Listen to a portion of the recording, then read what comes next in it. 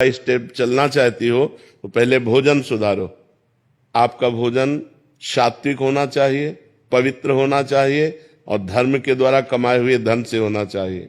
दूसरा, आप अपनी नींद सुधारो।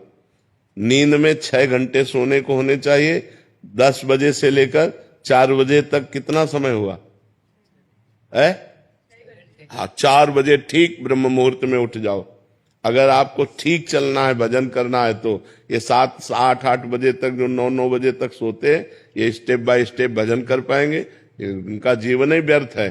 सूर्य भगवान उदय हुए और जो सैया में सो रहा है उसकी आयु, श्री, कीर्ति, बुद्धि सब नष्ट हो जाती है। जिसका भोजन ठीक और जिसका शयन ठीक और जबान सुधारो। हर समय नाम जप करो, मौन का आश्रय लो। अगर उत्तर देना है तो उचित शब्दों का उत्तर दो, व्यर्थ की वार्ता ना करो। वाणी संयम में, जिसका सुनना संयम में।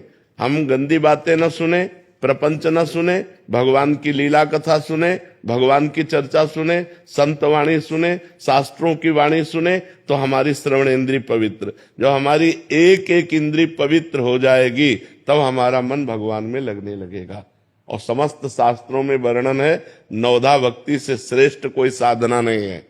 जो श्रवणम, कीर्तनम, स्मरणम, विष्णुपाद सेवनम, अर्चनम, वंदनम, दास्य, सख्य, आत्मसमर्पणम, इससे बढ़कर के कोई श्रेष्ठ भक्ति नहीं है। 9 प्रकार की भक्ति ही प्रेम लक्षणा भक्ति प्रदान करती है। पर हम पहले अपने आचरण सुधारें, हर इंद्री को पवित्र करें। अब जो व्यभिचार करते हैं, गंदी आदतें, गंदे आचरणों में, और वो सोचे कि हम भक्ति का नाटक कर लें, भक्ति नहीं हो सकती। भक्ति होती है पवित्र इंद्रियों के द्वारा। अब जो गंदी बातें देखेंगे मोबाइल में, गंदे आचरण करेंगे, गंदा भोजन पाएंगे, होटलों का भोजन पाएंगे, मनमानी जागे, मनमानी सोए, मनमानी आचरण करें, और अध्यात्म नहीं हो सकता।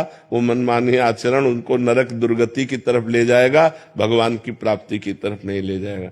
तो इसलिए पहले सुनना ठीक करो, देखना ठीक करो, बोलना ठीक करो, सोना ठीक करो, भोजन ठीक करो, और फिर 9 प्रकार की भगवान की भक्ति को अपने हृदय में धारण करो।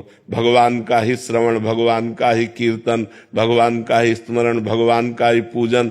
भगवान ही हमारे मित्र हैं, भगवान ही हमारे स्वामी हैं। भगवान को आत्मसमर्पण, अर्चन, वंदन, इसी से भगवत प्रेम प्राप्त हो जाता है।